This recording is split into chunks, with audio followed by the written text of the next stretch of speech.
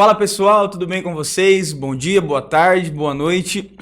Muito obrigado por vocês estarem aqui mais uma vez conosco em mais um episódio do 3x2, diretamente dos estúdios UpX. Sejam todos muito bem-vindos. Para nós é uma alegria estar mais uma vez com vocês. Fala aí, Juninho. É isso aí, hoje nós temos um convidado muito especial. Vou ler aqui o currículo dele, porque eu não imaginava, mas ele tem uma filharada só, para não esquecer o nome de nenhum. Não dá problema.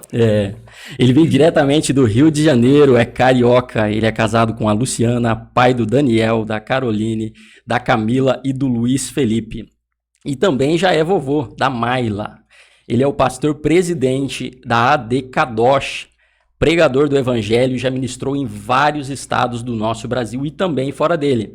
Ele é formado em teologia pela IBADEP e é conhecido no Rio de Janeiro como Coronel.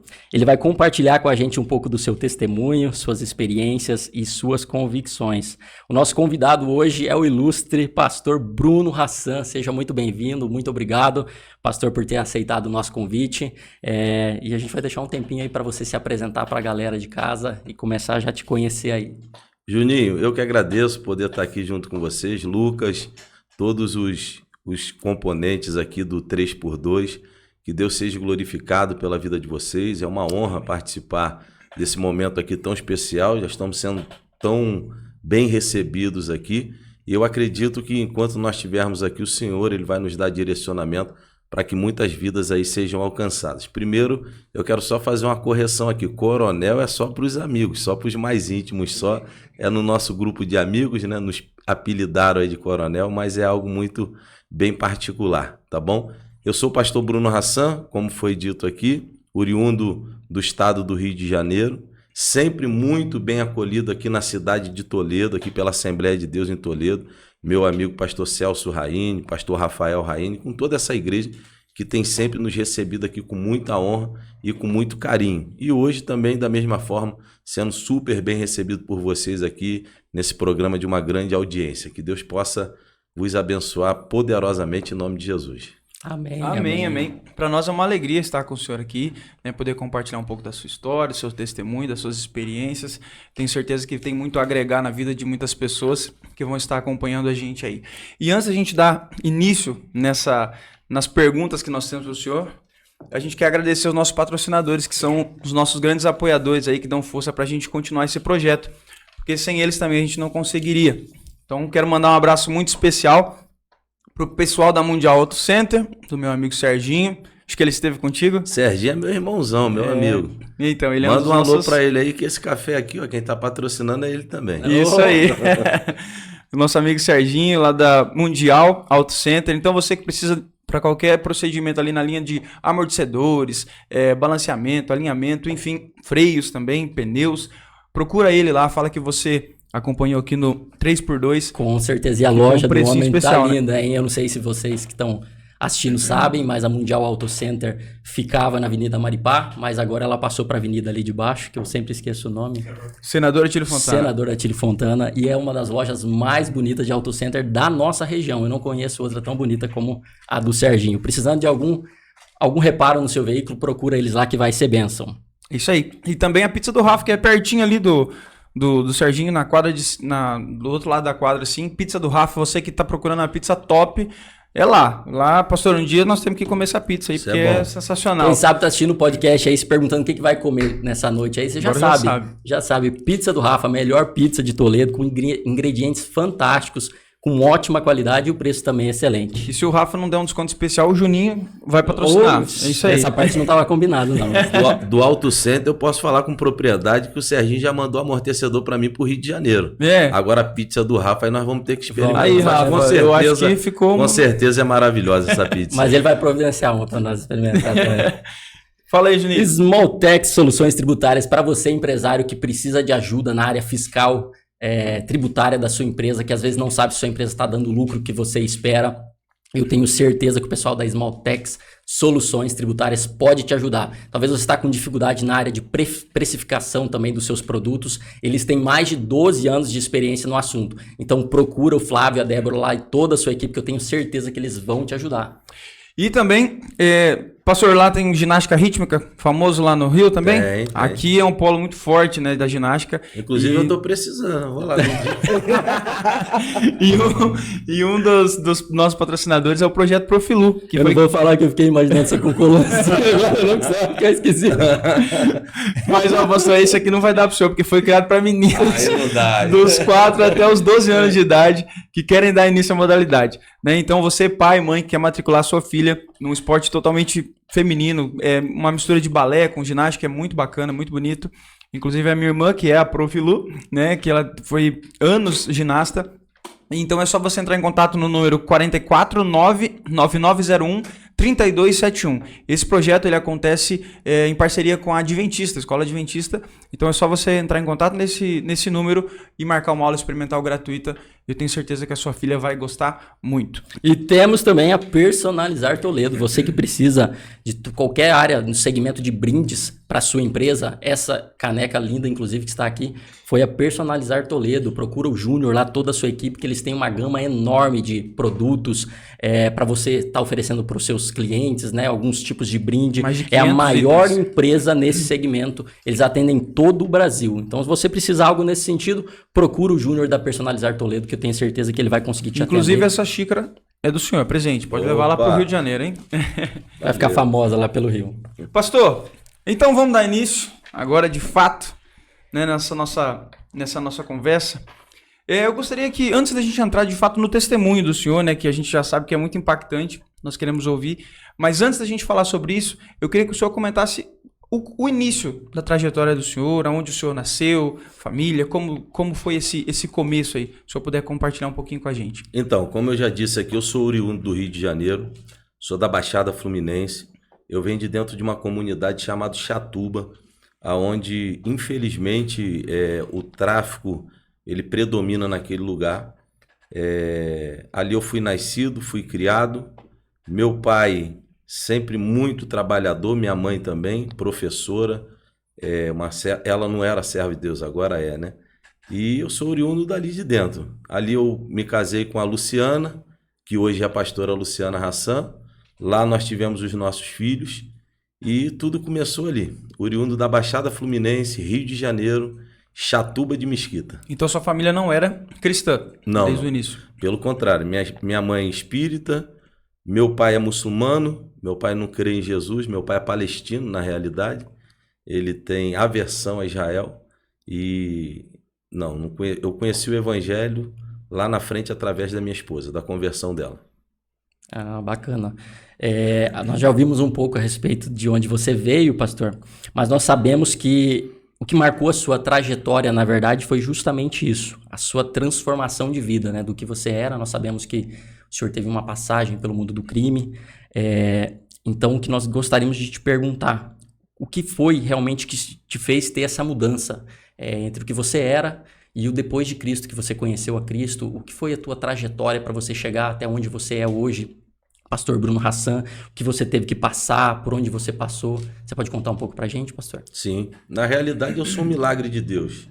Eu tenho que agradecer todos os dias a Deus pela oportunidade que Ele me deu.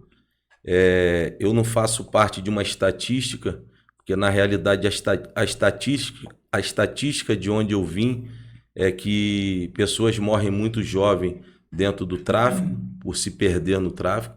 E eu não faço parte dessa estatística de morte, mas eu faço parte de uma outra estatística, da de restauração pelo poder do Senhor. Amém. E é por isso que eu glorifico a Deus, porque eu entendo que o único que tem poder de restaurar alguém que está naquela situação que um dia eu me encontrei, de fato é Jesus. O poder público, ele não tem condições de restaurar alguém, de arrancar alguém de onde eu estava.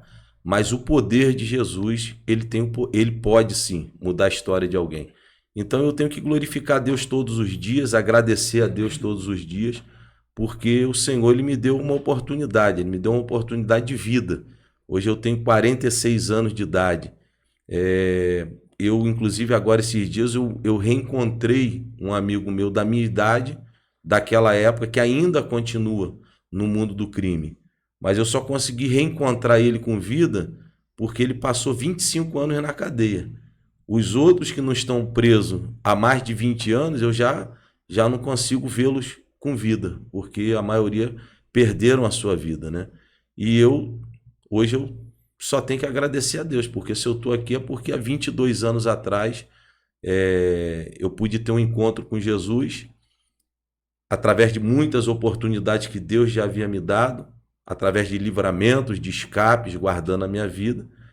E eu só tenho que agradecer a Deus por tudo aquilo que ele fez e aquilo que ele continua fazendo. Além dele me resgatar, hoje, pela misericórdia, ele me permite andar em alguns estados, alguns países, levando a palavra de Deus. Então, a minha palavra é de gratidão. Se não fosse Deus, se não fosse a mão de Deus, com certeza, hoje nós não estaríamos aqui fazendo esse podcast. Não. O senhor fala de estatística, né? Que hoje o pessoal fala que isso não vai viver muito tempo.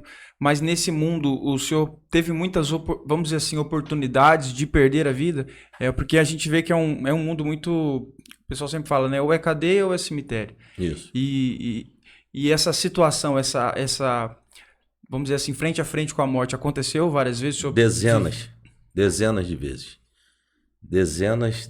Poderia aqui enumerar aqui dezenas de vezes, frente a frente com a morte mesmo. Que o senhor achou que ia morrer? Não, com certeza.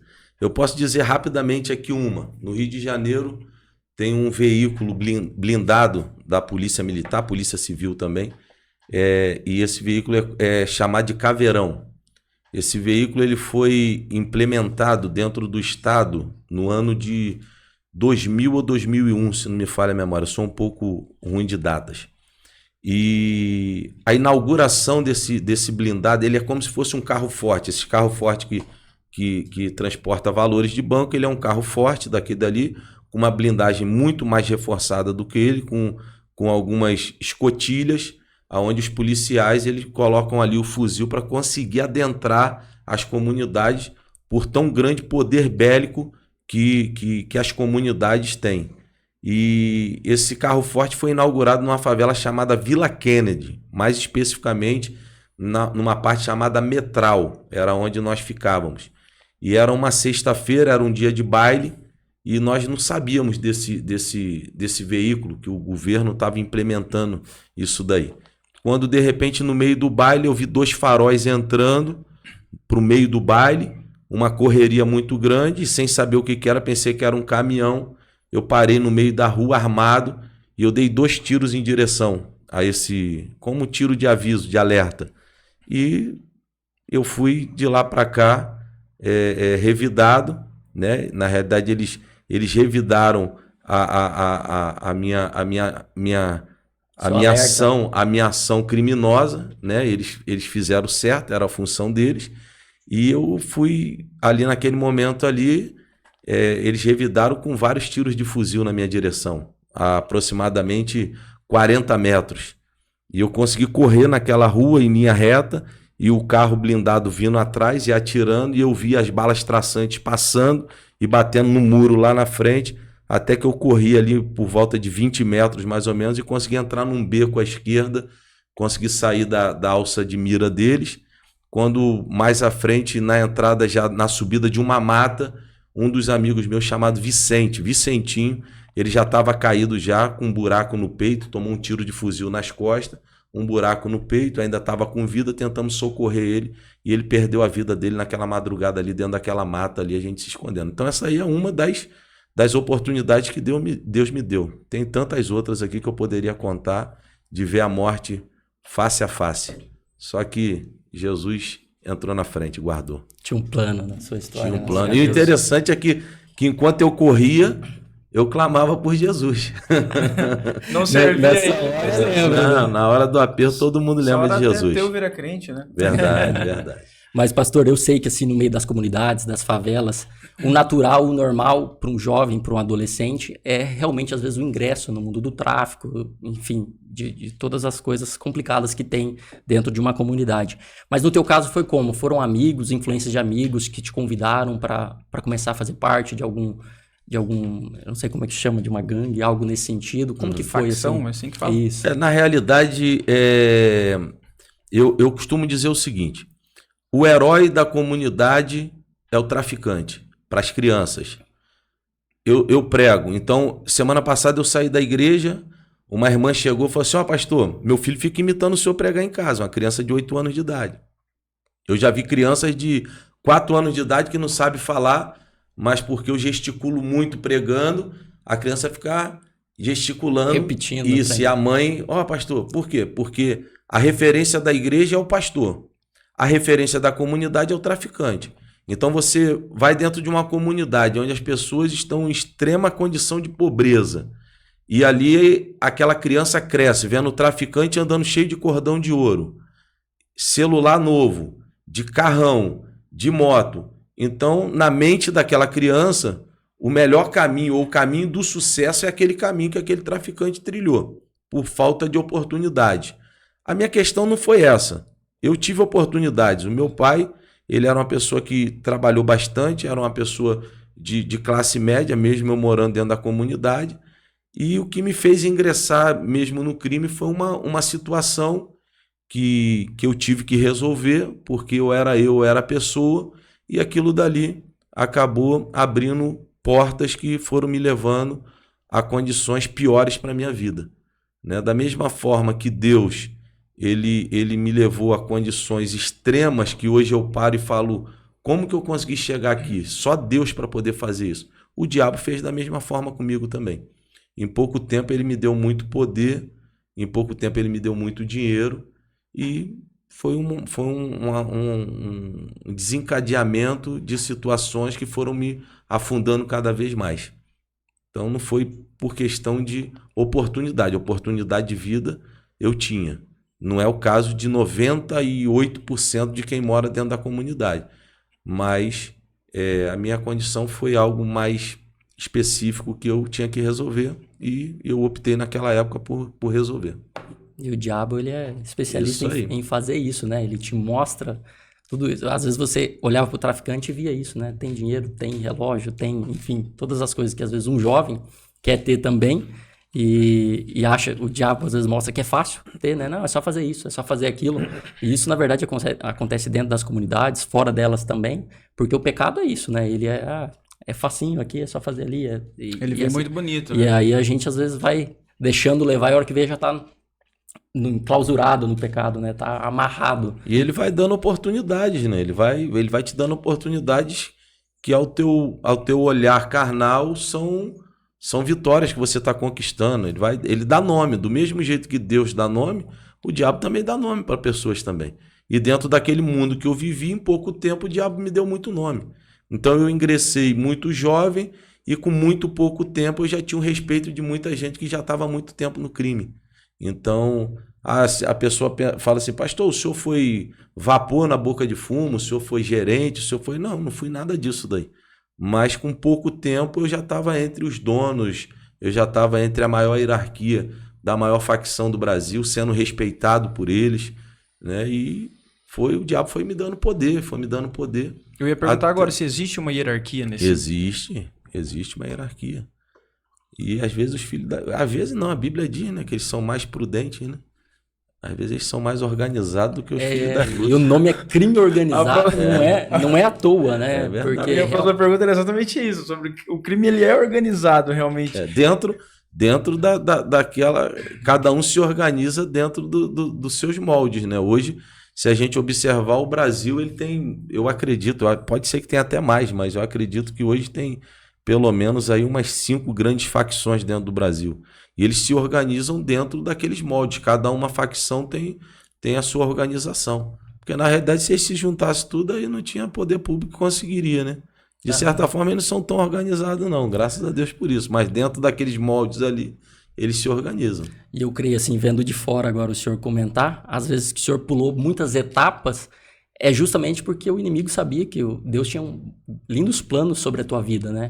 E às vezes, se você fosse enfrentar todas essas etapas, todos esses processos que tem no mundo do crime, passar por aqui, passar por ali, às vezes, nessas curvas da vida, Deus ia te encontrar antes, né? E você não ia conseguir chegar onde você chegou, né? No mundo do crime, digo olhando de fora, né? Então, talvez seja essa perspectiva de você ter avançado tanto, mas Deus já te resgatou antes que você perdesse a vida ou algo nesse sentido. Eu acredito que até pela minha condição de vida ali, eu não iria ingressar de uma outra forma, né?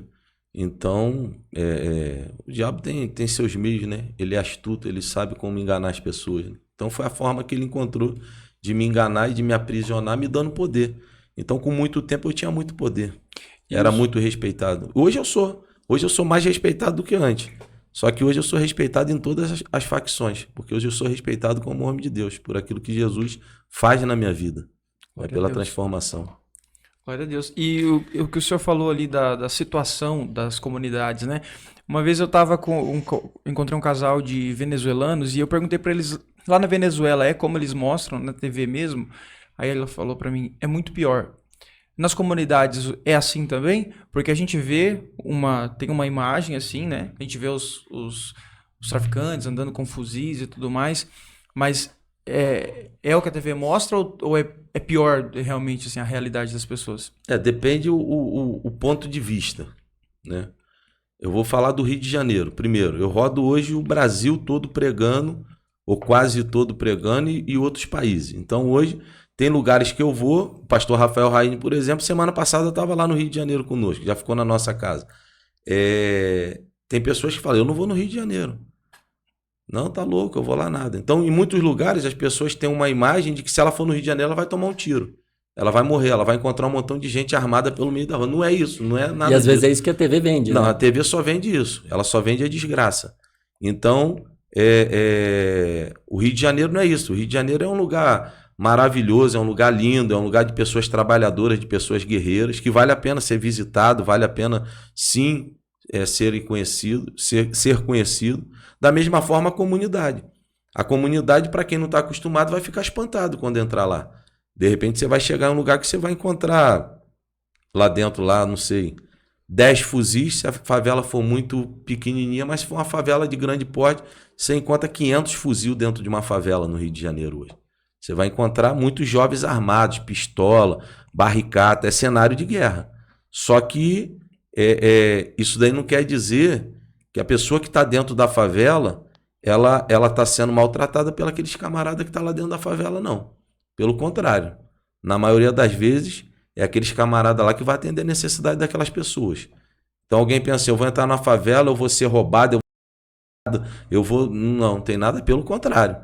Eu posso deixar... Hoje eu não moro dentro da favela, o meu convívio é totalmente dentro da favela. Hoje eu pastoreio aproximadamente 80% dos membros que eu pastorei são pessoas oriundas de dentro da comunidade. Hoje eu já não pastorei dentro da comunidade, eu já não vivo dentro da comunidade, mas hoje meu negócio é dentro de comunidade, eu tenho casa dentro de comunidade, a minha família é dentro de comunidade, e eu posso dizer que de repente, aqui em Toledo eu não vou dizer, mas em muitos lugares do Brasil... Você não vai poder deixar a porta da tua casa aberta, a janela da tua casa aberta, teu carro aberto. Lá na comunidade tu pode deixar tudo aberto. Que ninguém vai entrar na tua casa, ninguém vai mexer. Porque eles têm as leis deles lá. Onde as pessoas sabem onde elas podem mexer e onde não podem mexer. Então é muito complicado. É uma realidade que realmente choca. Quem não está acostumado, choca. Mas quem está acostumado com comunidade... Eu vou falar algo aqui que talvez pessoas não vão entender. Hoje eu moro fora da comunidade, numa casa boa. A minha casa, por exemplo, tem um muro de aproximadamente 5 metros de altura, totalmente fechada, e eu me sinto menos seguro do que dentro da comunidade. Eu me sinto muito mais seguro lá dentro da comunidade. Quando eu morava dentro da comunidade, eu me sentia muito mais seguro. Hoje, para me chegar na minha casa, eu tenho um carro blindado. Hoje, para me chegar na minha casa, eu tenho que... Agora eu já não me preocupo tanto, mas... Eu cansei de me preocupar quando eu chegava de uma agenda 2 horas da manhã, entrar em casa e de repente entrar 2 ladrões comigo para dentro da minha casa, fechar o portão e me fazer de refém junto com a minha família, querendo o ouro que eu não tenho, o dólar que eu não tenho, o dinheiro que eu não tenho e o que eles podem fazer com a minha família. Dentro da comunidade não, eu vou chegar, depois que eu passei pela barricada, eu vou chegar tranquilamente, que ninguém vai chegar na minha porta para poder me roubar. Agora lá do lado de fora, num lugar tranquilo, de repente eu corro mais risco do que dentro da comunidade. Agora, o problema da comunidade é uma bala perdida, é uma troca de tiro, é uma operação policial, é uma guerra entre facções. Então, esse é o problema da comunidade. Agora, a comunidade é o lugar onde tem um comércio gigantesco. Quem mexe com comércio no Rio de Janeiro, ele quer mexer dentro da comunidade, porque tem um comércio gigantesco, um número gigantesco de pessoas ali. É um lugar bom. de se viver. Para quem está acostumado com aquela realidade, é um lugar bom de se viver. Não que seja o melhor lugar, mas para quem está acostumado é um lugar bom de se viver. E é bem essa questão mesmo. O senhor era muito respeitado no mundo do crime e tinha fácil acesso às comunidades. E o senhor disse que tinha esse respeito pelo mundo do crime. E hoje o senhor é muito respeitado pela sua posição, enquanto religioso, enquanto pastor. Como que funciona? Qual é essa diferença? E como que funciona, por exemplo, eu sei que não é qualquer um que vai chegar e vai adentrar numa comunidade. Mas como que é isso? Para realmente, eu quero adentrar numa comunidade. Como que funciona? Então, que fica aqui um aviso aqui, que isso aqui seja um aviso. Nós já assistimos muitos noticiários de pessoas que entraram por engano dentro de comunidade e foram baleados. Isso daí é a mente da pessoa. Vou entrar dentro da comunidade e eles vão me matar porque eu entrei lá. Vou falar primeiro aqui a primeira pergunta. Vou responder a primeira pergunta. Antes eu tinha acesso restrito às comunidades. Hoje eu tenho acesso livre a todas as comunidades. O meu acesso era restrito a favelas que eram dominadas pela facção...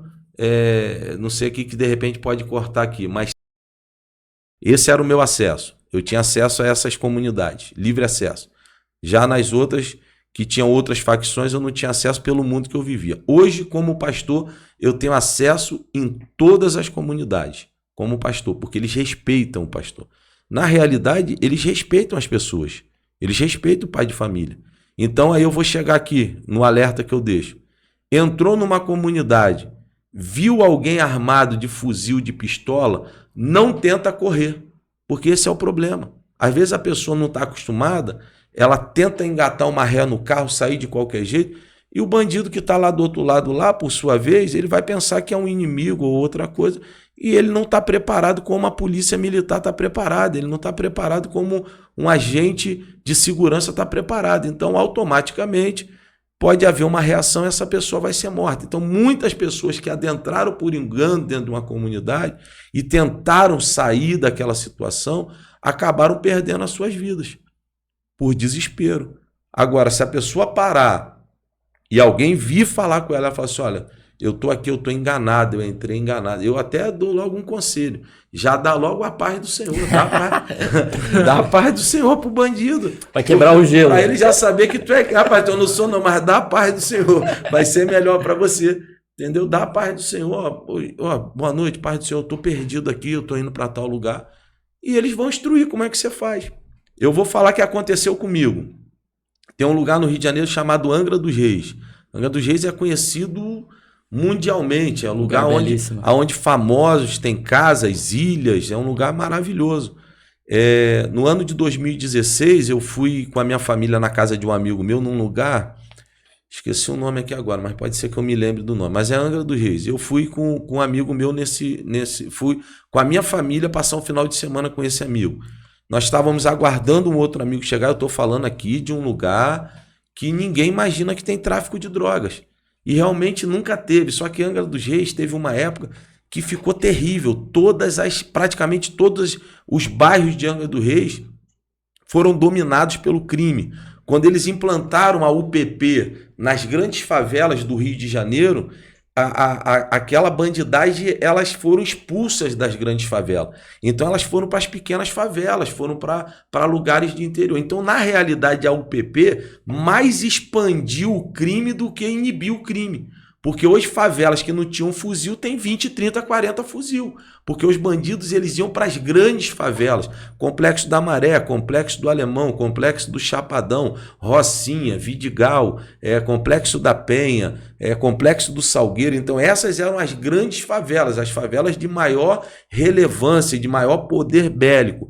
E tinham aquelas outras favelas que eram da Baixada Fluminense, que eram da região serrana, de outras regiões que tinham tráfico de drogas, mas não da forma que eram aquelas grandes favelas. Então, quando a UPP ela entra nas comunidades de uma forma totalmente errada, porque o projeto de UPP que foi instalado na Colômbia não tem nada a ver com o projeto de UPP que foi instalado no Rio de Janeiro, porque o projeto da Colômbia era de conscientização, era de preparação, era de humanização, né? Já o projeto da UPP do Rio de Janeiro foi um projeto totalmente político, onde quis confrontar com armas, e criminalidade não se vence com armas, criminalidade se vence com preparação das crianças, dos jovens, para que eles não cheguem naquele estado, porque é muito mais fácil conseguir, é muito mais difícil conseguir arrancar alguém que já está lá do que resguardar ou guardar alguém para que não chegue lá.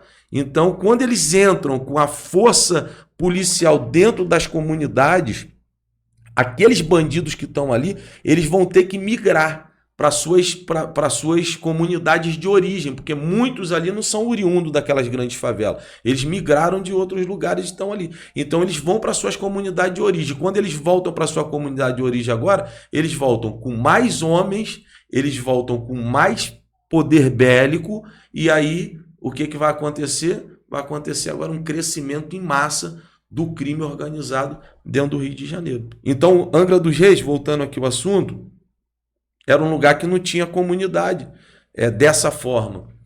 E eu estava lá com a minha família, nós estávamos aguardando um amigo que ia chegar na estrada, eu peguei um quadriciclo desse amigo meu, peguei a minha filha, a minha caçula, Caroline, e eu subi, fui para a estrada, e como eu estava aguardando ele chegar, ele ainda ia faltar uns 10 minutos para ele chegar ainda, eu estava no quadriciclo com ela, eu falei, eu vou dar uma volta aqui. Eu subi uma rua, eu estou tentando lembrar o nome da comunidade, mas eu vou lembrar. Eu tentei isso, Camurim Pequeno, em Angra dos Reis. E eu peguei aquela rua e eu comecei a subir aquela rua com quadriciclo, e uma rua de casas boas, eu não estou falando de uma favela, eu estou falando de uma rua de casas boas, uma rua bonita, com casas bonitas, num lugar bacana, de frente para a praia. E eu comecei a subir, e como eu vi que eu estava subindo demais, falei, eu vou descer, senão um amigo meu vai passar. Quando eu parei, que eu olhei assim uns 50 metros à frente, mais ou menos, 50, 70 metros, eu vi uma pessoa no canto do muro, e eu olhei de longe assim, eu falei assim, ele está armado. Eu falei assim, não vou voltar. Eu já tinha manobrado, quase manobrando o quadriciclo, eu vi que ele estava armado, eu vi que era um fuzil, eu acertei o quadriciclo e eu falei assim, eu vou até lá.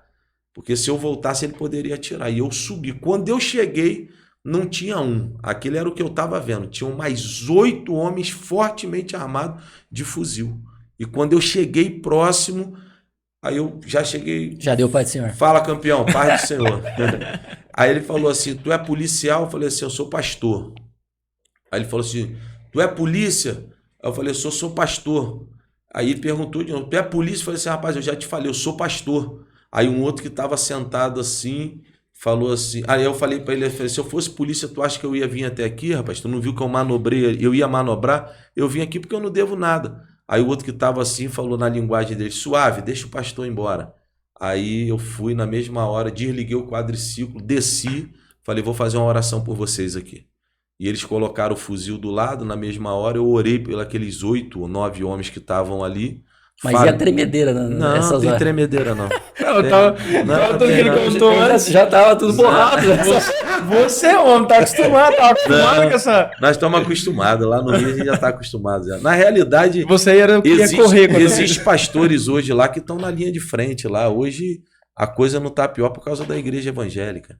Existem pastores hoje que estão na linha de frente, resgatando vidas, resgatando jovens que estão dominados hoje pelo vício, pelo crack, centros de recuperação. Mandar até um abraço aqui para o meu amigo pastor Johnny Santos, lá do projeto Rancho dos Profetas. Inclusive a igreja de Toledo aqui é uma das patrocinadoras lá do Rancho do Profeta, do Rancho dos Profetas, aonde tira de lá centenas de pessoas do mundo do crime, trata de centenas de pessoas viciadas em crack, que hoje está levando a juventude aí é uma situação devastadora. Então a gente já está acostumado. Existem pastores e pastores. Deus chamou uns para algumas coisas, outros para outras. Davi Deus chamou para poder ir para a guerra. Salomão Deus chamou para administrar. Então é assim. A gente é daquele que vai para a guerra, vai para a pancada mesmo, no bom sentido, é claro. Senão vão falar que o pastor Bruno está batendo os outros. Então a gente está acostumado com isso aí mesmo, a enfrentar isso daí, situações como essa. Não somente de trazer, arrancar ali pessoas da criminalidade também, mas em outras ocasiões nós já conseguimos arrancar policiais que foram encurralados dentro de uma comunidade, a gente conseguir chegar lá e e convencer aquelas pessoas, como também já convencemos policiais também, Do contrário. às vezes em situação não de liberar e coisa e tal, mas às vezes os ânimos estão um pouco exaltados, né? E de repente a gente critica às vezes, mas uma pessoa com o seu emocional abalado, ele pode tomar uma atitude diferente, a gente consegue chegar na hora ali, acalmar os ânimos para que uma tragédia não aconteça. Então essa é a nossa realidade, a gente já está acostumado com isso daí lá. E aí eu digo aqui, o conselho que eu dou, entrou numa comunidade no Rio de Janeiro, não foge. Viu, Juninho? Que ninguém vai chegar, vou matar esse cara aqui porque ele mora lá no Paraná. Não. Eu vou matar esse cara porque eu quero matar. Não é assim, não. Infelizmente, a lei do crime é a seguinte: vida se paga com vida. Essa é a lei do crime. Então, ninguém vai tirar uma vida de ninguém porque quer tirar uma vida de ninguém, não. Porque ele perde a vida dele também se ele tirar uma vida de alguém sem... Não existem motivos que dão base para isso, para uma pessoa tirar a vida de outra. Mas segundo as leis internas deles, eles têm os motivos deles lá. Então o conselho é esse. Chegou, dá a paz do Senhor. Não E não corre. E não fica acreditando muito no E se Waze, possível, não, faz uma só oração, dizer. né? pastor? É. Ô, pastor, mas o senhor falou de sair do mundo do crime, que é o pastor Johnny, né? Inclusive, Johnny Santos. como o senhor citou aqui, até a gente ia falar sobre isso também.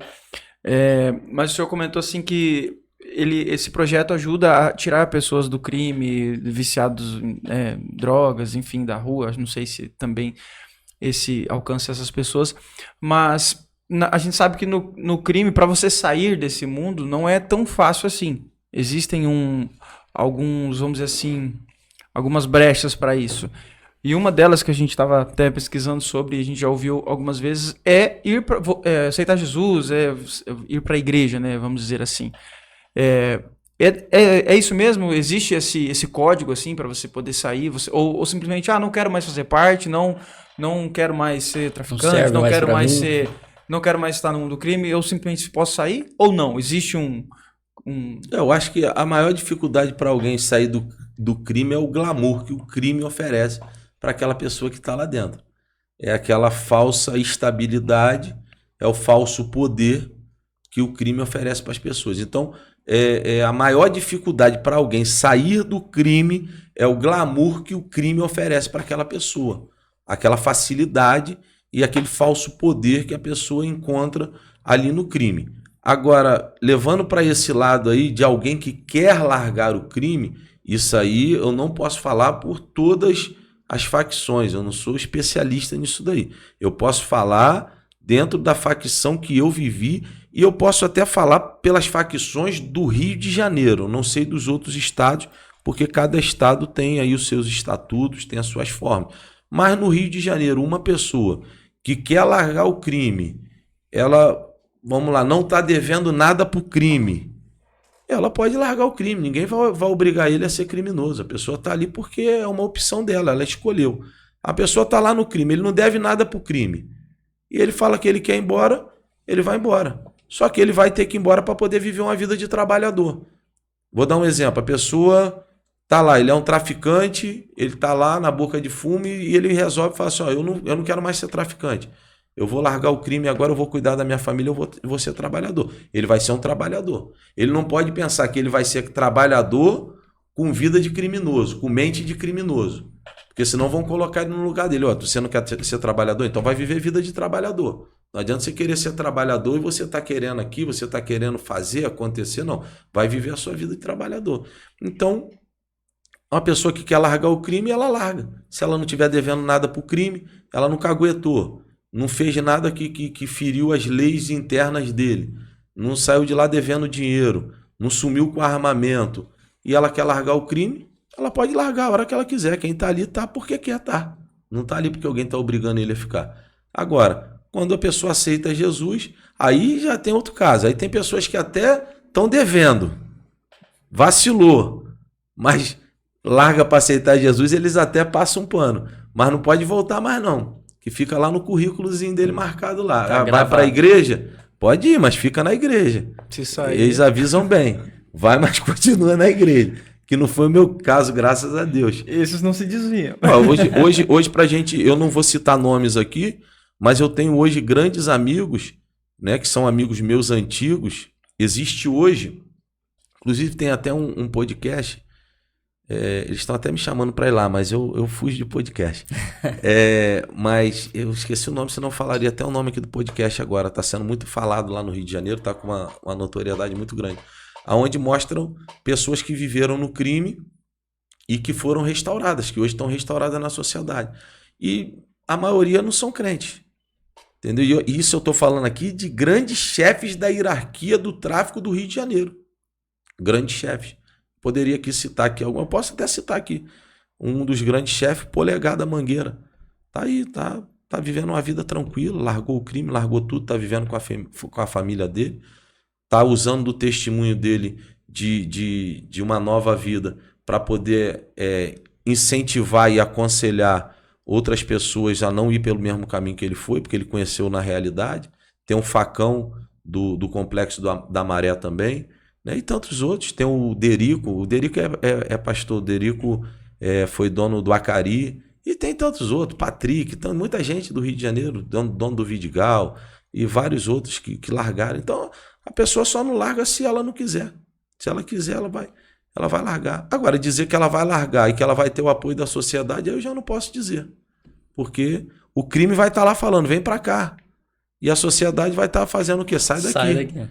Entendeu? Infelizmente, é isso daí que acontece. É uma realidade. A visão, acho que por grande parte da mídia passar assim, é que realmente não tinha mais volta, né? Você voltou pro mundo do crime, não tem mais volta. Pelo menos essa era a minha visão que eu tinha até hoje, antes do pastor colocar isso aí. Eu acho que isso é mais um mito. Não sei antigamente, né? Pelo menos dos anos 80 para frente, eu acho que não. Inclusive o Massim VP, né? Que é uma das figuras aí dentro da mídia e tudo mais, né? Que a mídia intitula ele como chefe do Comando Vermelho, o poder público intitula ele como chefe. Eu não estou falando aqui que ele seja, mas o Massim VP escreveu um livro no ano, acho que 2018, ele na cadeia, um repórter, ele ajudou ele a escrever um livro lá, né? Ele colocando a realidade. E o Massim VP, inclusive, no livro dele, ele fala de pessoas que foram transformadas. E ele fala algo interessante. Ele fala o seguinte: o sistema carcerário não restaura ninguém. A única restauração que eu acredito é na restauração pelo poder de Deus. Estou falando aqui do Massim VP, que inclusive tem uma família abençoada, a esposa é uma serva de Deus, os filhos também.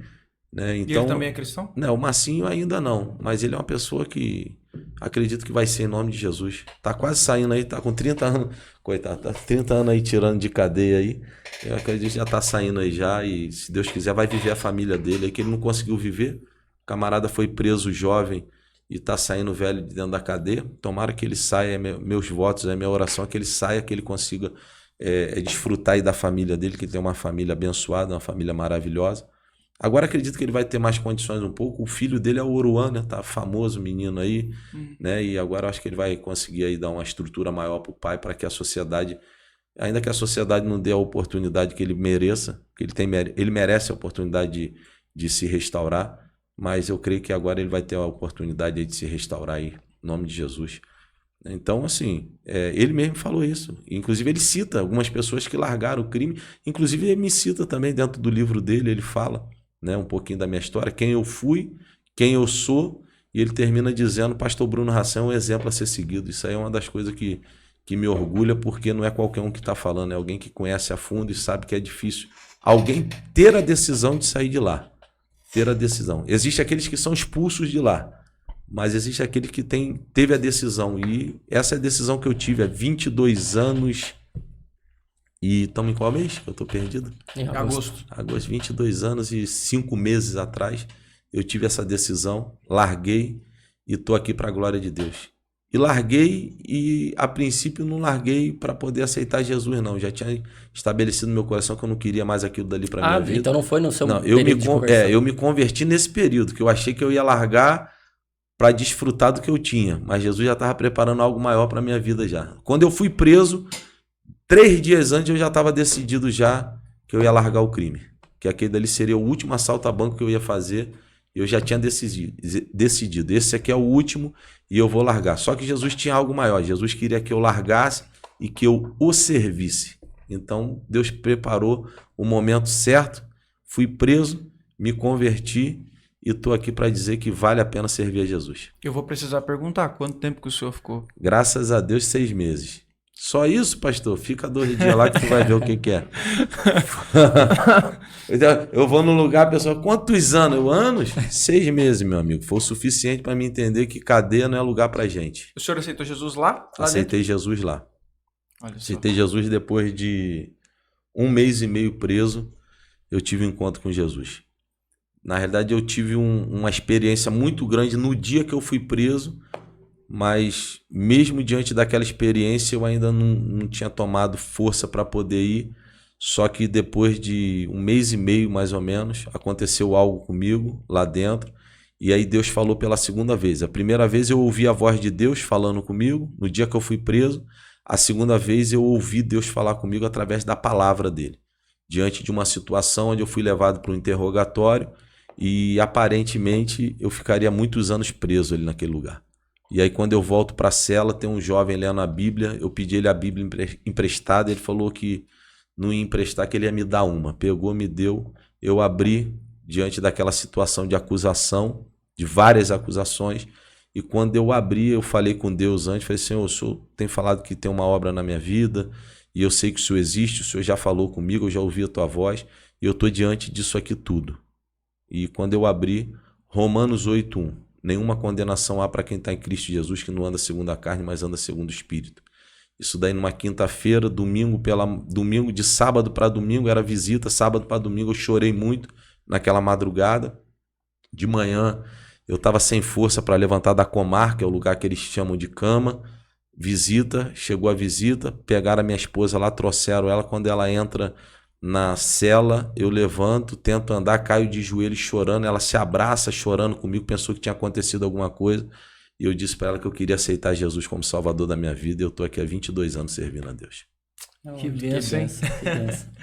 E realmente o senhor colocou que foi antes até que você tomou a decisão de abandonar tudo isso, mas ao que se deve essa decisão que você tomou antes mesmo de aceitar Cristo? Na realidade, foi algo assim muito familiar, né? Eu estava na piscina da minha casa com a minha filha, a Caroline, que sempre foi a mais agarrada comigo. A vida que eu vivia, eu não consegui dar atenção aos meus 3 primeiros filhos, né? O Luiz Felipe, a Camila e o Daniel.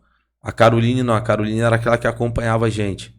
Eu morei em 18 casas, né? Morei em 18 casas durante esse período aí da minha vida. Então a gente não conseguia se estabelecer em um lugar pela vida que eu vivia. E a Caroline era a que estava sempre ali. Eu estava na piscina de casa, eu estava tomando banho de piscina com ela e me veio um sentimento que eu ia morrer. Tive aquele sentimento que eu ia perder minha vida. Fiquei olhando para minha filha ali e eu falei assim, poxa, minha filha não vai ter uma lembrança minha, porque eu não tirava foto. E aí eu pedi para minha esposa poder buscar a câmera e tirar uma foto nossa. Eu tenho essa foto até hoje. Minha filha pequenininha, de biquíni dentro da piscina, eu coloquei ela na minha mão assim, em pé. Eu segurei ela assim, em pé na minha mão do lado de fora da piscina e tirei a foto. E aí quando a minha esposa tirou a foto que eu olhei, minha esposa estava chorando. Porque a minha esposa já sabia o que aquilo dali queria dizer, já tinha entendido. E eu olhei para aquilo dali, para aquela situação. Aquele dia ali foi um dia de reflexão. No outro dia, quando eu fui viajar, que foi pro estado onde eu fui preso, que era no Tocantins, onde nós fomos fazer um assalto a uma concentradora do Banco do Brasil. E eu coloquei aquilo no meu coração. Eu sempre fui um homem de palavra, de atitude.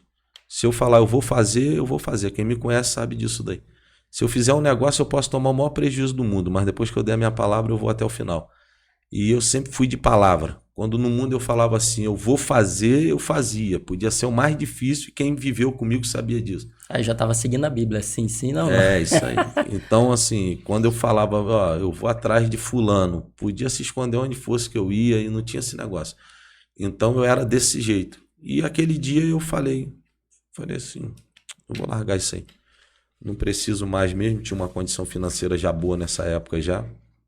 Falei assim, eu vou para outro estado, já tinha já os meus projetos, né? Vou comprar 2 loterias e agora eu vou ficar com a minha família. Eu já tinha uns caminhões já naquela época, eu sempre fui investidor, mesmo naquela época, tinha umas casas. E eu falei assim, eu vou embora, vou viver minha vida, não preciso mais disso daqui e vou embora. E eu fui para fazer esse último assalto, que na realidade eu nem precisava de fazer esse último assalto. Como eu tinha um compadre que ele estava preso na época, faleceu agora em 2020 no Covid, Aldair da Mangueira, era meu compadre, meu padrinho de casamento, meu irmão. E aí ele estava preso nessa época e eu falei assim, eu vou fazer esse assalto e vou mandar o dinheiro todo para ele, para a família dele, e vou falar, ó, tô indo embora. Só que Deus tinha algo maior. Uma noite antes de eu ser preso, eu estava dentro de um hotel numa cidade no Tocantins, não me recordo qual a cidade agora, não sei se era Araguaína, não me recordo. E eu estava no hotel, o pessoal que estava comigo, eram 8 que estavam, eles falaram, vamos sair, vamos dar uma passeada na cidade. Eu falei, não, vou ficar aqui. Vamos lá, rapaz, eu sempre fui mais bagunceiro, vamos lá. Eu falei, não, vou ficar aqui. O que houve? Eu vou ficar aqui. E aí, quando saí, tinha um culto acontecendo na frente. Uma igrejinha bem pequenininha, eu nem via a igreja, só escutava só. Os irmãos muito humildes, chamava Jesus de Jesus, o Deus de Deus, e glorificando ali e tudo mais. E eu estava deitado lá e começou a me dar um aperto no meu coração, eu dobrei meu joelho do lado da cama e eu fiquei só de joelho dobrado, escutando o culto acontecendo. Não estava chorando, não estava nada, estava com um aperto muito grande no coração. Não estava orando, estava só ali de joelho dobrado. Fiquei de joelho dobrado escutando aquele culto acontecer. E depois de alguns anos, uma amiga nossa falou para minha esposa, eu fui no quarto para chamar o Bruno. E quando eu abri a porta, eu vi ele de joelho dobrado, falei, vai dar alguma coisa errada. Eu nem sabia, eu não tinha visto esse episódio. E eu fiquei de joelho dobrado e no final da mensagem, o pregador falava, vem aqui, Deus está te chamando, sai daí de onde você está, vem. Tem alguém que está ouvindo, vem para cá. E eu poderia ter ido ali naquele momento, aceitado Jesus ali. Eu sei que se eu aceitasse ali, eu ia estar firme até o dia de hoje, que eu sempre fui de palavra. E eu não fui, mas eu entendia que Deus estava me chamando. E no outro dia eu fui preso de madrugada. Talvez se eu fosse ali, eu não teria sido preso de madrugada, mas foi necessário aquilo dali para me dar uma experiência também, para me passar a experiência para algumas pessoas. E ali eu aceitei Jesus dentro da penitenciária de Palmas, no Tocantins, CPP de Palmas. Fui preso em Augustinópolis, transferido para Araguaína para CPP de Palmas. Status de bandido periculoso, várias viaturas e tudo mais, imprensa, aquele negócio todo. E lá eu tive um encontro com Jesus e valeu a pena. Hoje eu estou aqui glorificando a Deus. Que benção. É a história, né, cara? Meu Deus. Mas, pastor... Dá para escrever um livro, né? Deixa eu te fazer uma pergunta. Se alguém falar pro senhor assim, me conta um fato marcante, assim, uma coisa, a primeira coisa que vem à sua cabeça. Pedir pro senhor, ou boa ou ruim, mas se for para pedir de tudo isso que o senhor viveu, deve ter muito fato marcante. Mas se for assim, uma coisa que marcou, um ponto, uma situação, o que primeiro vem à sua mente? Pastor Rafael tá ali me dando a cola ali. Tem muitos.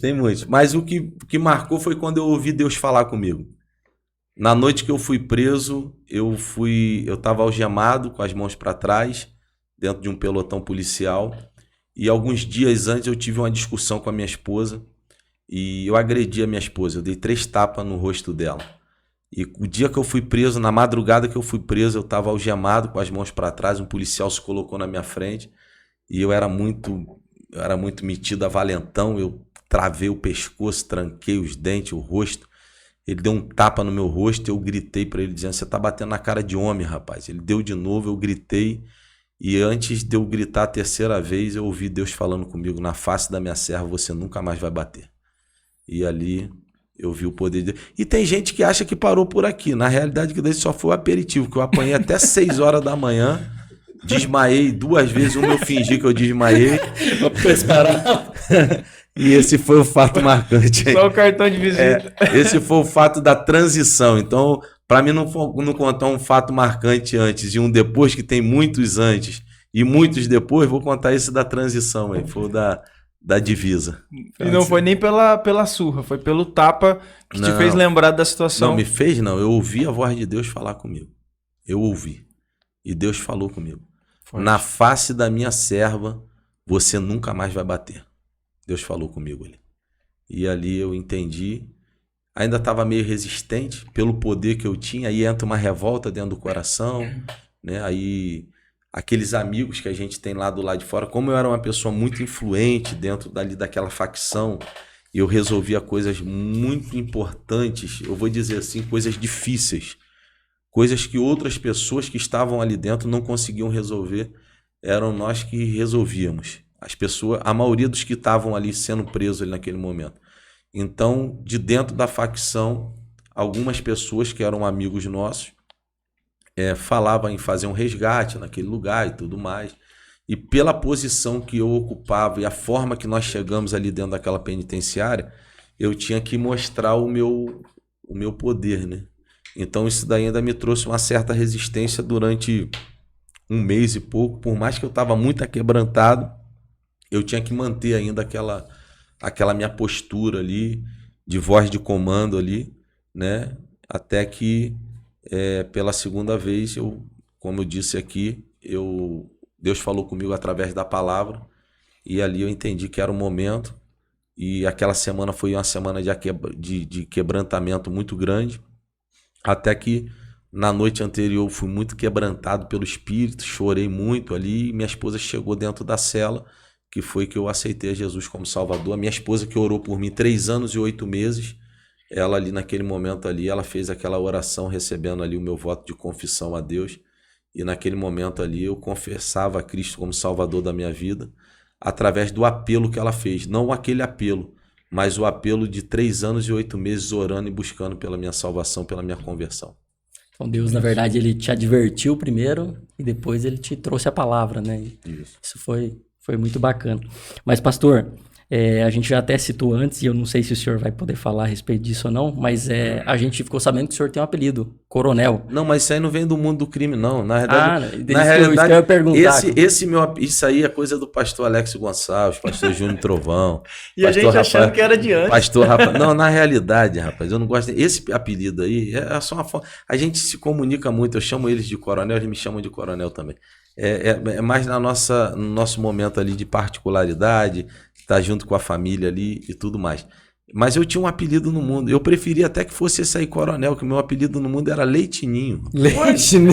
Rapaz, mas imagina só um bandido com o apelido de Leitinho. O diabo humilha mesmo. E respeitado ainda. Agora eu vou contar rapidinho, que tem pessoa que fala, por que é Leitinho? Porque eu sempre gostei muito de Danone, iogurte, esses negócios tudinho. A gente estava num estado e tinha uns homens, a gente tava uma quantidade de homens dentro da casa, e eu sempre tive a cara mais de playboyzinho, sempre. Eu era uma pessoa que eu não falava muita gíria, que eu não falava muito palavrão e tudo mais, até pela criação que eu tive.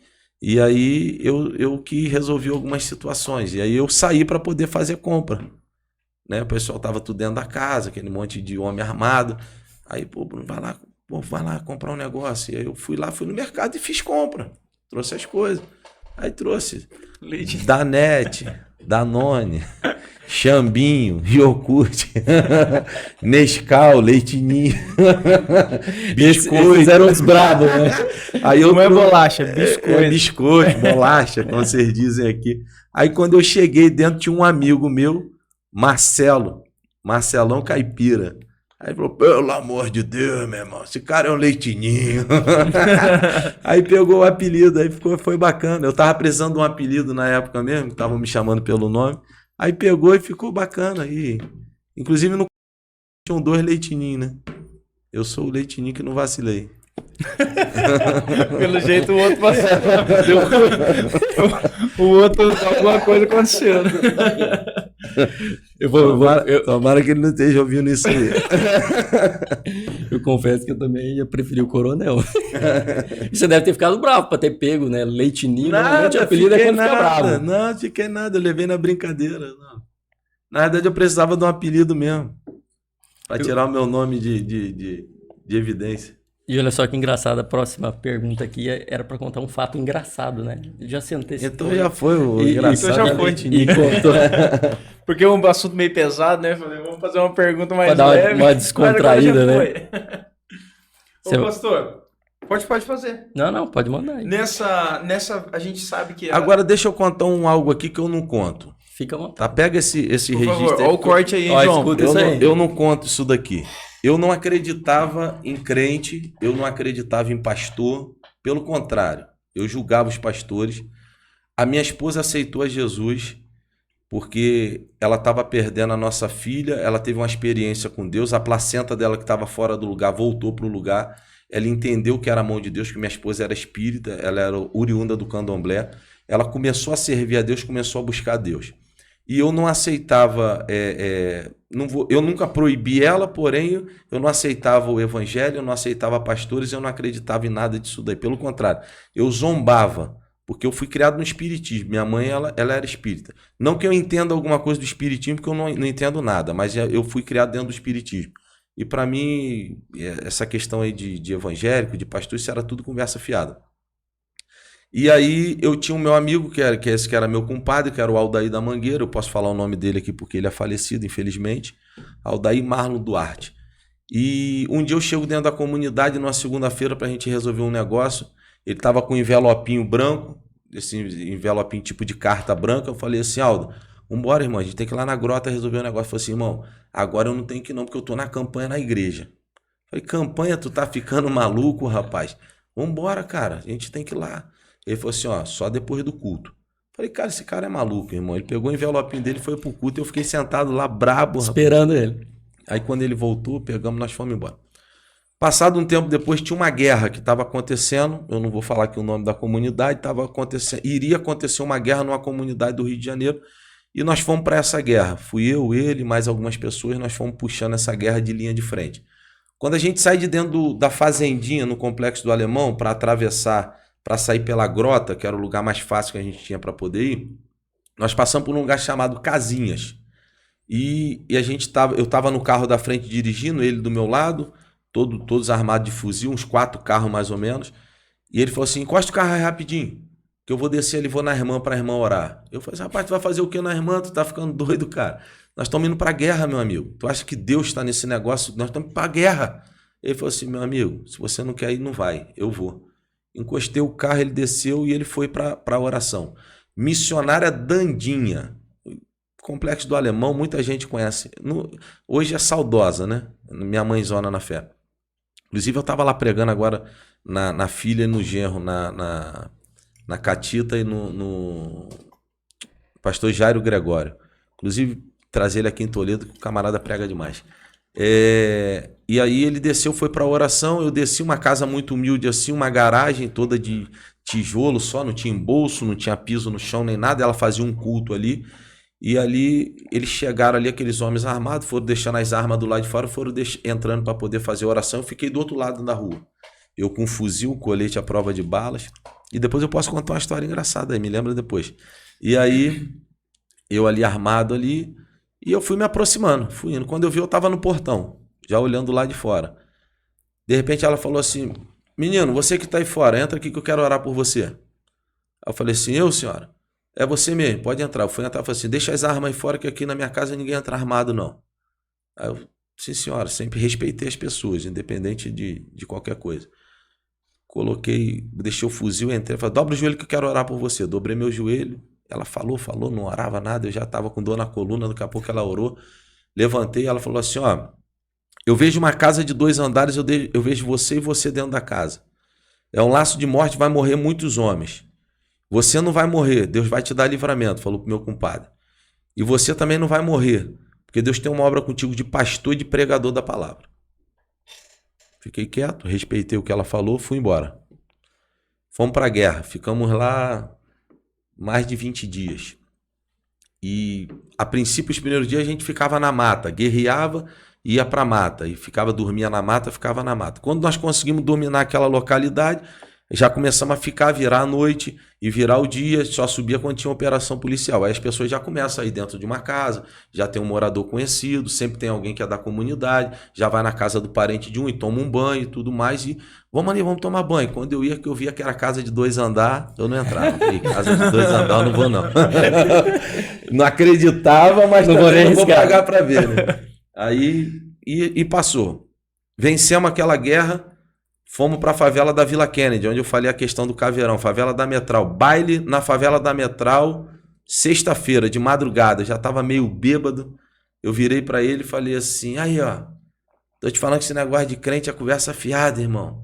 Aquela irmã lá falou da casa de 2 andares, cadê a casa de 2 andares? Olha aí, nós estamos aí Ele virou e falou para mim assim: eu vou sair de perto de você, irmão. Tá arriscado Deus te matar ou morrer junto contigo. Passou alguns dias, nós fomos para um lugar, teve um acontecimento, já tinha saído da minha memória. Estávamos numa casa de 2 andares, a casa foi cercada, intensa troca de tiro, morre 7, sobrevive 2, eu e ele. No outro dia eu tô todo arrebentado dentro de casa, todo lascado dentro de casa. De manhã cedo, noticiário na televisão, que atenção, a gente não sabia o saldo, o que tinha, quem conseguiu ir embora, quem não conseguiu ir embora, porque era uma cidade, não era uma comunidade, era uma cidade que a gente tinha de fazer uma ação. Minha esposa me acorda de manhã cedo naquele primeiro noticiário do dia: Bruno, olha só o que aconteceu lá. Aí eu fui ver, morreu não sei quantos ali, morreu tantos na estrada. Fui fazer a contabilidade, só tinha sobrado 2, eu e ele. Lembrei da revelação da irmã. Nunca mais duvidei dos crentes. A partir daquele dia ali, quando passava um crente, eu botava o fuzil de lado, pedia a oração e passei a ser o maior incentivador da minha esposa em ir para a igreja. Não aceitei Jesus, mas passei a ter respeito pelos crentes, porque eu entendi que Deus, quando quer, Deus fala.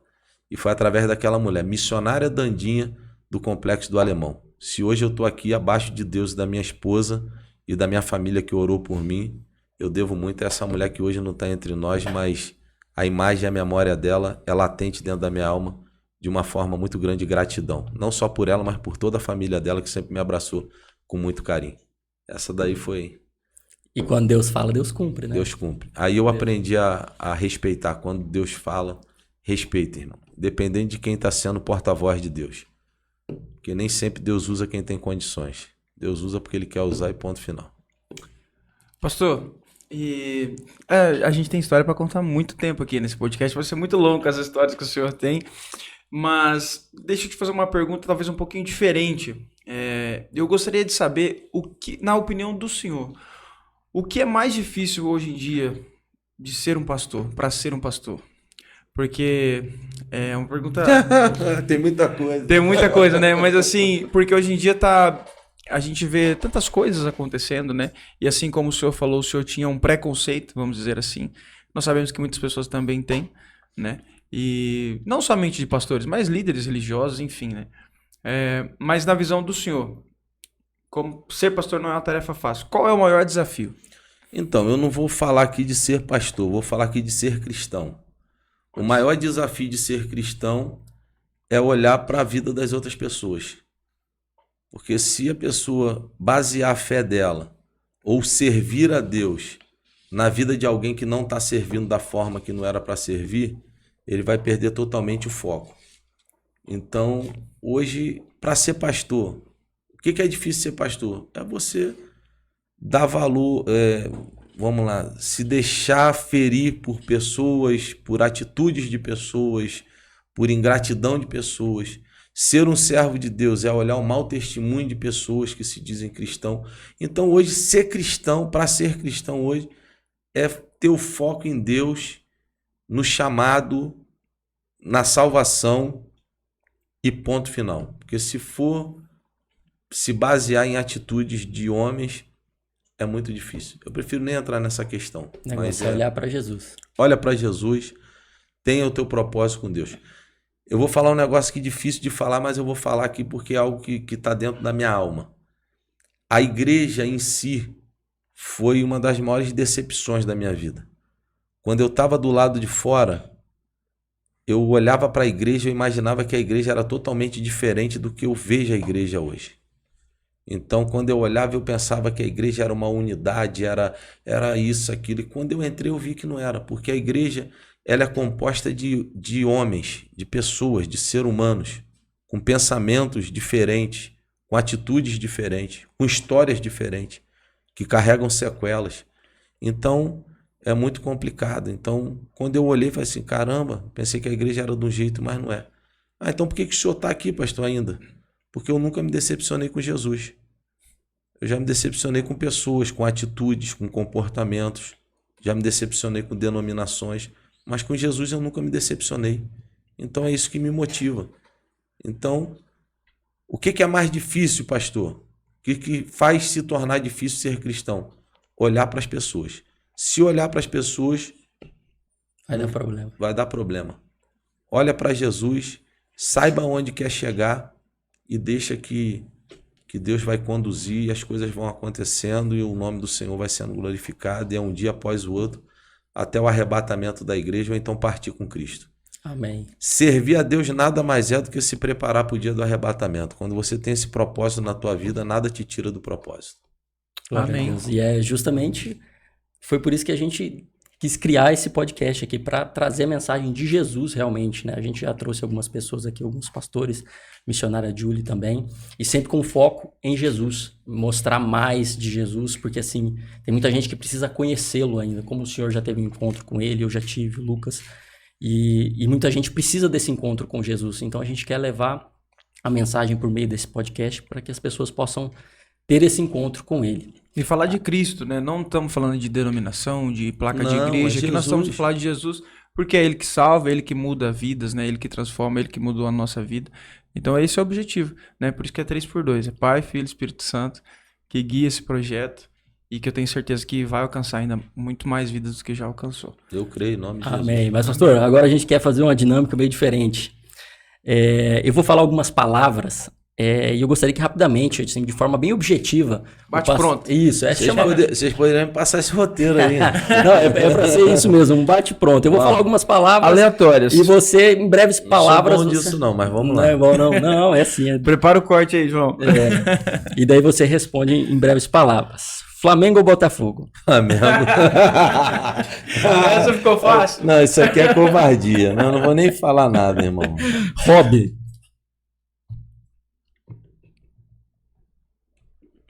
Carro Testemunho? de vida. Ministério? Fidelidade a Deus. Bruno Hassan? Um milagre de Deus. Luciana?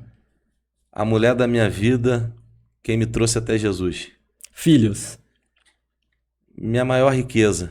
Meus amigos, meus orgulhos. Primeiro, feijão ou arroz? Primeiro arroz. Certíssimo. Igreja? Igreja, Ministério Kadosh, o Senhor reina. Evangelho? Evangelho é a última oportunidade que Deus está dando para a humanidade. Jesus. Salvação? O objetivo principal de quem serve a Cristo. Deus? Deus é tudo. Amém. Deus é a razão de viver. Deus é amor. Deus, se eu for falar de Deus aqui, não tem como ter bate pronto só em falar de Deus. Deus é tudo. Amém. É isso aí. Pastor, caminhando aqui pro fim, né? Nós queremos agradecer mais uma vez o senhor. Foi um prazer para nós estar com o senhor aqui, compartilhar das suas experiências, compartilhar do seu testemunho.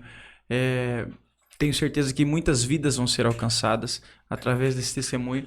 E dizer que quando o senhor estiver por aqui de novo, será muito bem-vindo, né? Vai ser um prazer recebê-lo. E a gente vai agradecer nossos patrocinadores mais uma vez. E enquanto isso, eu gostaria que o senhor pensasse em uma mensagem curta e objetiva para a gente deixar para todas as pessoas que estão acompanhando, tá bom? Então vamos lá, falar dos nossos patrocinadores. Pizza do Rafa, para você que quer comer aquela pizza, que assistiu o podcast e tá com fome, não jantou ainda, não almoçou, pede que daí se você pediu para janta, quem pediu para janta, sobra. Tem um segredo, né? Não sei se vocês sabem, mas pizza no café da manhã, às vezes ela fica melhor do que na janta. Então, ainda mais a do Rafa. Se você já jantou, pede e come amanhã cedo, não tem problema. Que lá na do Rafa é sensacional, os melhores ingredientes, a pizza excelente, de ótima qualidade. Então, entre em contato com ele, chama lá Pizza do Rafa, que é a melhor da cidade. Mundial Auto Center, a número 1 em amortecedores. Você que precisa dar um talento ali na suspensão do seu carro, procura o pessoal da Mundial Auto Center, procura o Serginho, que eu tenho certeza que eles vão te ajudar, tem os melhores preços, tem uma loja lindíssima para você, dá tempo de você ir lá, levar o seu carro, tomar um café, que eles têm um espaço magnífico para isso agora. Então procura o Serginho da Mundial, que eles têm os melhores preços também da cidade. A Personalizar Toledo, que é nossos parceiros aqui, eles que fazem essas xícaras, essas canecas lindas aqui. Tem uns produtos aí chegando também, né? Do 3x2, personalizados. Então você que precisa para sua festa, para o seu aniversário, para a sua empresa, eles têm mais de 500 itens lá no site. O site vai estar aparecendo aqui, né? Então você entra lá, faz seu orçamento, e solicita lá, pede os seus produtos que eu tenho certeza que você vai gostar muito. Fala com o Júnior e ele vai te atender e você vai ficar muito satisfeito, tenho certeza. Smalltex, soluções tributárias para você empresário que precisa de uma ajuda no fiscal, no tributário da sua empresa. Procurem a Smalltex Soluções Tributárias. E também, se você às vezes nem sabe se está tendo lucro ou prejuízo na tua empresa, eles podem te ajudar. Porque eles têm mais de 12 anos de experiência no assunto e eles são bênção. Procura a Débora e o Flávio lá da Smalltex e toda a sua equipe que eles vão poder te ajudar. E para finalizar também, o projeto Profilu, né? Para você, mãe, pai que quer matricular sua filha num esporte totalmente feminino, voltado para meninas de 4 a 12 anos, entra em contato no 449-9901-3271. 449-9901-3271. Fala com a Luana, marque uma aula experimental, tenho certeza que sua filha vai gostar e muito. Pastor, antes de você deixar a sua mensagem, agora me veio à mente aqui que você falou que tinha mais uma história muito engraçada e eu fiquei bastante curioso para saber. Então, antes da sua mensagem final, se o senhor quiser lembrar o que é essa então, rapidão engraçada. aqui, pra gente poder ir embora, que já tá quase na hora do culto já. Eu entendo que Deus, ele me escolheu para poder ganhar almas antes de eu estar servindo a Ele. Eu me recordo que um dia nós íamos para uma comunidade chamada Mangueira e nós fomos para essa comunidade, nós saímos do Complexo do Alemão e fomos para essa comunidade fortemente armados. Era uma comunidade da mesma facção. E quando nós chegamos nessa comunidade, subindo ali um dos becos da Mangueira, ali no Buraco Quente, tinha um barzinho. Nós paramos nesse bar, alguns amigos ali, que eram crias, né, como fala assim, da Mangueira, e conversando com o pessoal. Eu não era cria de lá, e eu tava sem camisa de bermuda, tênis, um colete à prova de bala, 2 pistolas, um fuzil. E tinha um camarada que estava sentado assim, um jovem, e o cara não tirava o olho, ele ficava me olhando, ele tentava tirar o olho assim, ele olhava de novo, eu tava vendo o olhar assustado dele. E eu não era cria dali, não conhecia, não sabia quem era ele me chamou a atenção também, eu comecei a olhar para ele também, e ele me olhava assustado, e pronto, nós saímos dali, fomos pro baile da Mangueira e fomos embora no outro dia. 2 anos depois, eu aceito a Jesus. Vou congregar numa cidade chamada Saquarema, no Rio de Janeiro. Congregava lá com o pastor Gélio Pinheiro. E um dia vieram uns irmãos do Rio de Janeiro, tinha um evangelista que ia pregar a palavra, e ele trouxe o cunhado dele, junto com ele. Ia ficar na casa dos parentes dele lá. Acabou de pregar a palavra, marcamos para poder ir para o monte, um dos parentes dele subia para o monte com a gente, e eu falei assim, então faz o seguinte, vocês passam lá em casa e nós vamos junto. E eu fui para casa, me arrumei, estou esperando eles para poder ir para o monte. Eles chegaram lá, e o cunhado desse rapaz me chamou no canto e falou assim, Bruno, rapaz, meu cunhado quer falar um negócio contigo aqui, irmão. Aí, só que na cidade ninguém sabia do meu testemunho. Quando eu me converti, eu fui para uma cidade que ninguém sabia quem eu tinha sido. E ele chegou para mim e falou assim, irmão, poxa, irmão, eu tô até sem jeito aqui de perguntar, mas eu não tenho como não te perguntar, eu tô o tempo todo ali te vendo no culto. Eu falei, eu conheço esse cara. Irmão, deixa eu te fazer uma pergunta, tu já foi bandido? Eu falei, por que você tá perguntando isso, irmão? Não, irmão, olha só, eu sou nascido e criado na igreja, e teve uma época que eu coloquei no meu coração que eu ia desviar, um amigo meu me chamou para poder ir para uma excursão de uma praia, ia sair da Mangueira, e eu fui para a excursão, e eu tava lá na Mangueira, irmão, no bar, já era tarde da noite, chegou uns homens fortemente armados, e tinha um camarada igual a você, irmão, e me chamava a atenção que o cara era o único no meio deles que se destacava com cara de playboy e tudo mais. O cara tava sem camisa, de colete à prova de bala, 2 pistolas, um fuzil. E eu fiquei ali, eu fiquei muito assustado. Eu olhava para aquele cara e eu falei com Jesus ali, eu falei, Senhor, se tu me tirar daqui com vida, Senhor, eu te aceito, como eu volto pro Senhor. Aí você já estava causando conversão antes mesmo. Aí ele falou assim, fazer um apelo. Aí ele falou assim, e vocês depois foram embora, e eu peguei, irmão, tava ali, já tinha bebido, a onda acabou, fui embora, falei, eu vou embora para casa, voltei para Nova Iguaçu, que ele morava em Nova Iguaçu, e no outro dia eu fui para a igreja e eu me reconciliei. Não é possível que não seja você. Eu falei, poxa, campeão, sou eu mesmo, era eu mesmo. Só que eu vou te falar, não fala para ninguém aqui não, que na cidade ninguém sabe que eu fui bandido. E ele é meu amigo hoje. Eu vou falar o nome dele aqui, não quero nem saber. Evangelista Elísio. E aí hoje eu sou ele, tá vendo aí, Elísio? Eu não era nem crente, te ganhei de Já volta tava para ganhando Jesus. gente pra Jesus. Já Que tinha um benção. projeto. Uma palavra para a gente ir embora, então? É isso, Amém? pastor. Salmo 91, verso 15 e 16. Ele me invocará, eu lhe responderei, estarei com ele na angústia, livrá-lo-ei, glorificarei, dar-lhe abundância de dias e lhe mostrarei a minha salvação. Ele me invocará. Eu costumo dizer que se a oração não resolver, não tem mais nada que resolva. O poder da oração alcança as pessoas. Ele me invocará, eu lhe responderei. Oração traz resposta. Estarei com ele na angústia. Oração traz a presença de Deus no dia difícil. Livrá-lo-ei. Oração traz livramento. E para encerrar aqui, lhe mostrarei a minha salvação. Através da tua oração, da tua busca, vai haver conversão na tua casa. Do mesmo jeito que a minha esposa orou 3 anos e 8 meses pela minha vida e hoje eu estou aqui pregando a palavra pelo Brasil, pelo mundo, pastorei uma igreja. Eu digo para você mãe, para você pai, filho, você que busca pela salvação do teu ente querido. Continue orando, porque enquanto você ora, Deus dá livramento, vai tratando e a promessa de Deus vai se cumprir sobre a tua casa, sobre a tua família. Deus abençoe Amém. a todos. Em nome de Amém, Jesus. amém. Amém. Glória a Deus. É isso aí, muito obrigado a todos que estiveram com a gente, né, durante esse podcast. Obrigado também, Rodrigo, da UpX, João, nosso querido, sempre esqueço, Editor, nosso né? querido editor, né, que estava aqui já atento aos cortes. Obrigado, pastor Rafael também, que fez essa ponte para o senhor estar aqui hoje, então para nós é um prazer recebê-lo. Obrigado a todos vocês, lembrando, compartilhe, marque os seus amigos, mande para sua família. O pastor até falou que nós temos que logo daqui a pouco, nós estamos gravando uma segunda, e daqui a pouco tem culto, segunda de primeira, e vai ser uma bênção, assim como foi aqui no podcast também. Isso mesmo, pastor. Foi um prazer ter o senhor aqui com a gente hoje. E vocês que nos acompanham, logo aí pra frente tem muita novidade. Então, continua aí nos acompanhando. Compartilha. Segue lá no YouTube também, que eu acredito que tem tudo Se pra inscreva ser no nosso ainda canal, mais bênção. ativa o sininho, segue o pastor Bruno Hassan também. Coloca, o João vai colocar para nós os nossos Coloca aí que eu Instagrams sou aqui. ruim de internet, dá uma moralzinha lá, dá uns seguidorzinhos lá pra me Isso, ajudar. Segue aí. o pastor. Deus abençoe a todos, tá bom? Júnior, obrigado. Lucas, obrigado. Toda a equipe aqui. Que Deus abençoe todos vocês aí, todos aqueles que estão nos assistindo e nos ouvindo, que sejam alcançados pelo poder de Deus. Amém. Amém. Como é que é a Aqui nossa não frase? é 1 por 1, é 3 por 2. É o Pai, o Filho e o Espírito Santo guiando esse projeto.